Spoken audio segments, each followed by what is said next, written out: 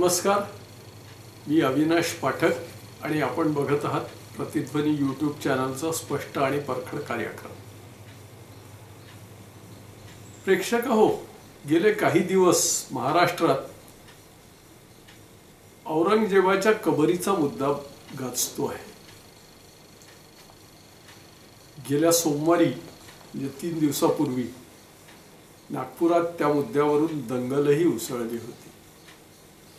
परिणामी गेले 2 दिवस नागपूर शहराच्या काही भागात चक्क संचारबंदी म्हणजे कर्फ्यू सुद्धा जारी केला गेला होता। खरोखरी हा प्रश्न इतका महत्त्वाचा आहे का, आणि असेल तर तो इतका महत्त्वाचा का झाला आहे, त्यावरच आपण आज या व्हिडिओत विचार करणार आहोत। आपला देश सनातन काळापासून हिंदूंचा देश म्हणून ओळखला जात होता। इथे हिंदू धर्म म्हणजे वैदिक काळात हा सनातन धर्म म्हणून ओळखला जात होता। असा सनातन धर्म इथे होता। इसवी सनानंतर 8व्या शतकापासून या देशात यवनांनी म्हणजे मुस्लिमांनी आक्रमण केली। नंतर त्यांनी हळूहळू इथल्या संस्थानांना ताब्यात घेत या देशावर आपलं साम्राज्य बसवलं। त्यांनी सक्तीने धर्मांतर घडवली। इथल्या अनेक हिंदूंना त्यांनी मुसलमान म्हणून कन्व्हर्ट केलं। त्याला आधी राजस्थानमध्ये राजपूतांनी आणि महाराष्ट्रात मराठ्यांनी म्हणजे छत्रपती शिवाजी महाराजांनीच आव्हान दिलं होतं। साधारणतः 14व्या-15व्या शतकापासून या देशात इंग्रज आले। इंग्रजांनीही आधी ते व्यापाराच्या निमित्ताने आले, नंतर हळूहळू त्यांनी सत्ता काबीज केली। त्यांनीही सुरुवातीला या देशातल्या नागरिकांना त्यांचं धर्म परिवर्तन करून त्यांना ख्रिस्ती कसं बनवता येईल हाच प्रयत्न केला होता। त्यामुळे या देशात आज जसे हिंदू आहेत तसेच मुसलमानही आहेत आणि ख्रिस्ती सुद्धा आहेत। आणि विशेष महत्त्वाचं म्हणजे त्यांची संख्या अगदीच काही नगण्य नाही। देशाला स्वातंत्र्य मिळाल्यानंतर 1951 साली जी जनगणना झाली होती, त्यावेळी या दोन्ही धर्मांची संख्या काही फारशी नव्हती। मात्र ती हळूहळू वाढत गेली। याला कारण तत्कालीन राज्यकर्त्यांचं धोरणही होतं। त्यांनी एकूणच या दोन्ही धर्मांना अल्पसंख्याक दाखवून त्यांचं लांगुलं चालन करणं आणि त्यांची गठ्ठा मतं मिळवणं हेच धोरण ठेवलं। आणि त्याचा असा परिणाम झाला की ज्या सवलती हिंदूंना मिळत नव्हत्या त्या सगळ्या सवलती या दोन जमातींना मिळत गेल्या। त्यातल्या त्यात विशेषतः मुस्लिमांना जास्त सवलती मिळत गेल्या। आता त्याची अनेक उदाहरणं देता येतील, पण मी त्या खोलात जाणार नाही। पण सगळ्यात महत्त्वाचं म्हणजे देशात समान नागरी कायदा न आल्यामुळे या दोन्ही जमातींची संख्या, माफ करा, दोन्ही धर्मांची संख्या प्रचंड वाढली। आणि त्यात ख्रिस्ती लोक गोडी गुलाबीनी तर मुस्लिम लोक जबरदस्तीने धर्मांतरण आधीही करत होते आणि आजही जमेल तसं करतातच आहेत। त्या तुलनेत हिंदू तेवढे आक्रमक नसल्यामुळे त्यांनी तितकं धर्मांतर केलेलं नाही। त्यामुळे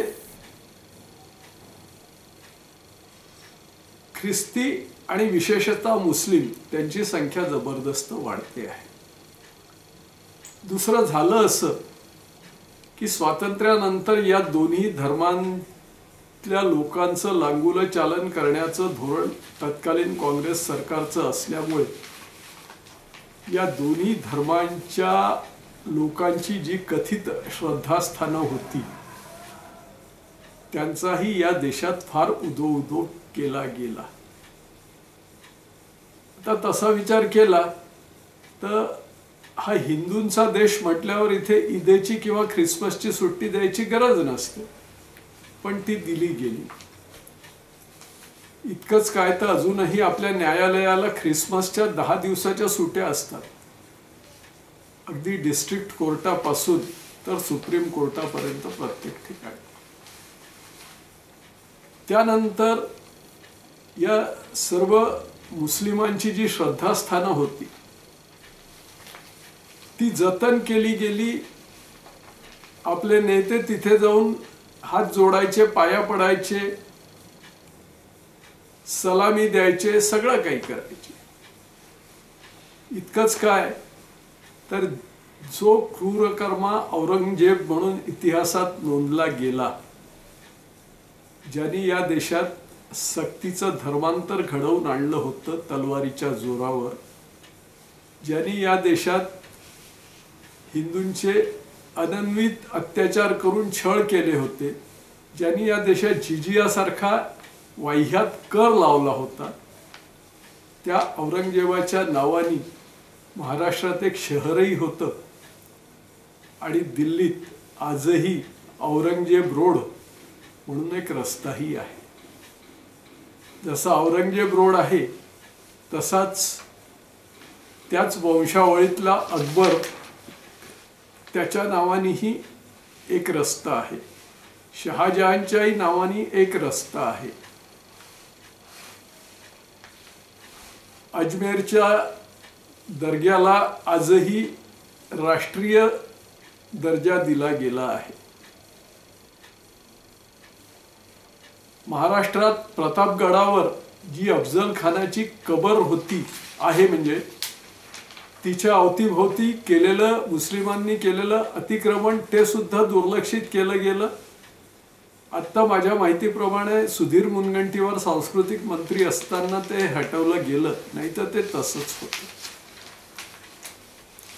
तोच प्रकार औरंगजेबाच्या कबरीच्या बाबतीतही झाला आहे. आता जसं मुस्लिमांचं झालंय तसंच इंग्रज शासकांच्याही बाबतीत झालं आहे. राणी व्हिक्टोरियाच्या नावाने असलेलं व्हिक्टोरिया टर्मिनस अगदी कालपर्वापर्यंत ते अस्तित्वात होतं. आता त्याचं नाव छत्रपती शिवाजी टर्मिनस झालं आहे, नाही तर तेच नाव होतं. तसंच जसं राणी व्हिक्टोरिया टर्मिनसचं होतं तसं आज मुंबईत सेंट जॉर्ज हॉस्पिटल आहे,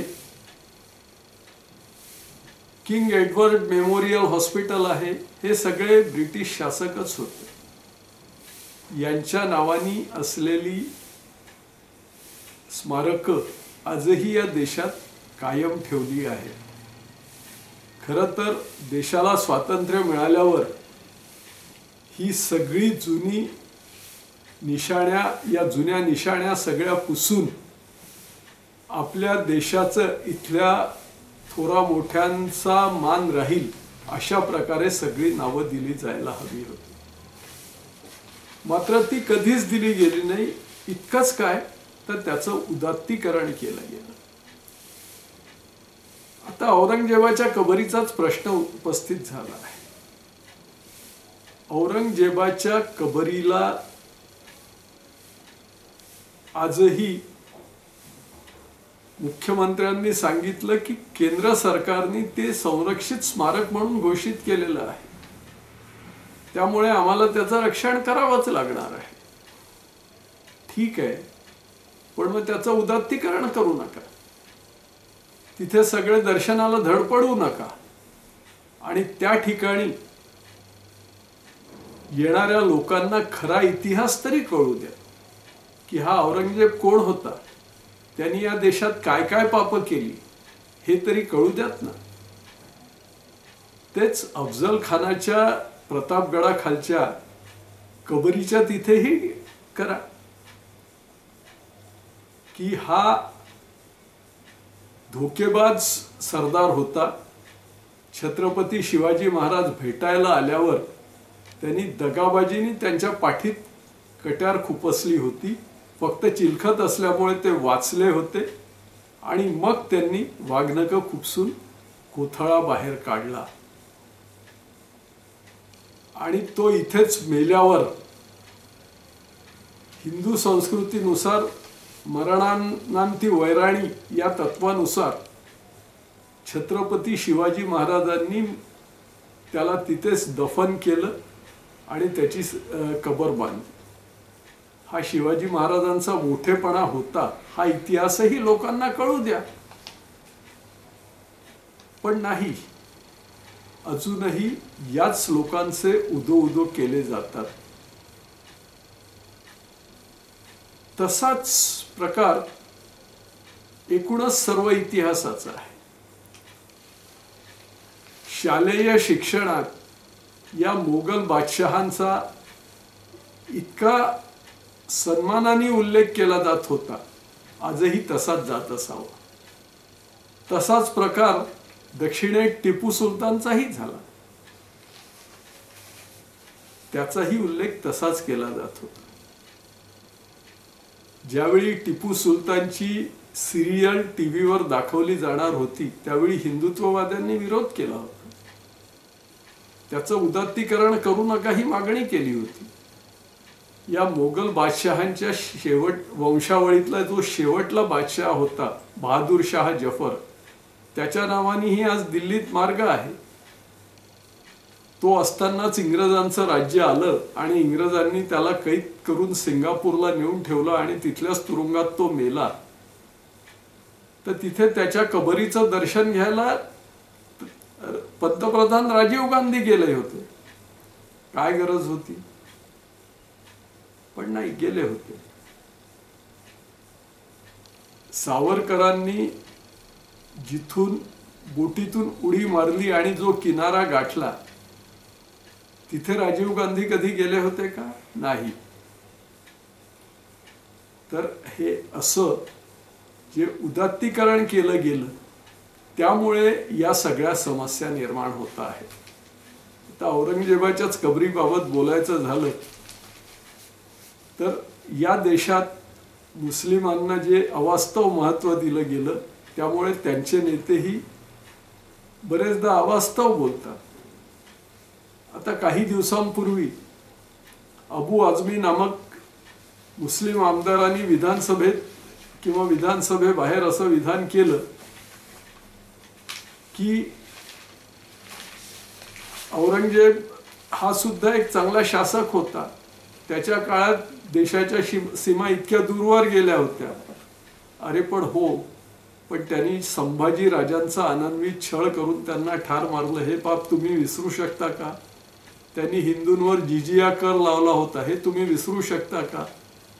त्यांनी अनेक हिंदूंना तलवारीच्या जोरावर धर्मांतर करायला लावलं, हे विसरू शकता? अनेक हिंदू राजांच्या बायकांना त्यांनी जबरीने आपल्या जनानखान्यात जमा केलं होतं, हे तुम्ही विसरू शकता? पण नाही, तुम्ही फक्त त्याची स्तुती करता. म्हणून मग वातावरण तापलं आणि तिथे त्याला निलंबित केलं गेलं आणि त्यामुळेच या देशातल्या हिंदुत्ववादी संघटना रस्त्यावर आल्या आणि त्यांनी ही औरंगजेबाची कबरच उखडून टाका ही मागणी केली. त्यामुळे आता एकच गोष्ट व्हायला पाहिजे की या परकीय शासकांच्या ज्या खुणा आहेत या देशात त्या लवकरात लवकर मिटवल्या कशा जातील हे बघायला हवं. त्यांचा जो सन्मान करणारा खोटा इतिहास आपल्यासमोर आजवर मांडला गेला आहे तो इतिहास पुसला जायला हवा आणि नवा वास्तववादी इतिहास पुढे यायला हवा. आता तो छावा नावाचा जो चित्रपट आलाय तो खरोखर वास्तववादी आहे.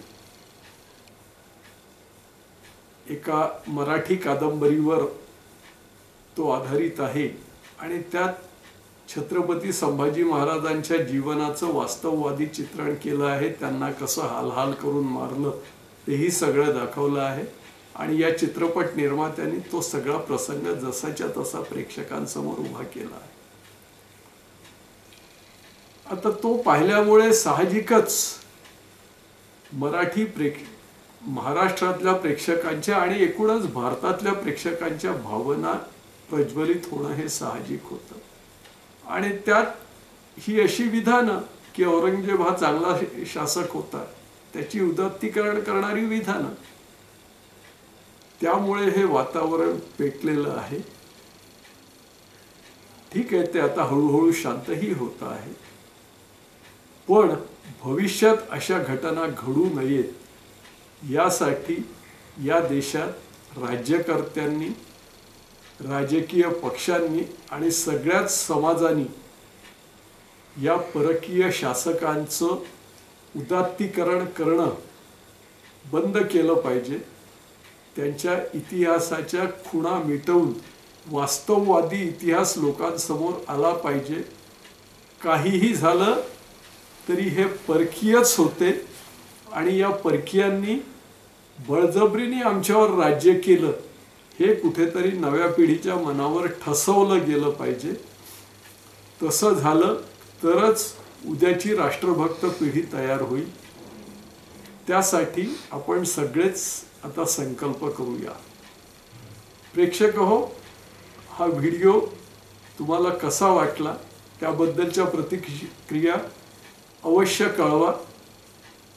आपल्या प्रतिक्रियांचं स्वागतच होईल. आपण प्रतिध्वनी यूट्यूब चॅनल सबस्क्राईब केलं असेल तर आपलं स्वागतच आहे. केलं नसेल तर अवश्य सबस्क्राईब करा. आपणही सबस्क्राईब करा आणि इतरांनाही सबस्क्राईब करायला सांगा. तसंच हा व्हिडिओ सुद्धा इतरांनाही पाठवा आणि त्यांनाही प्रतिक्रिया द्यायला सांगा.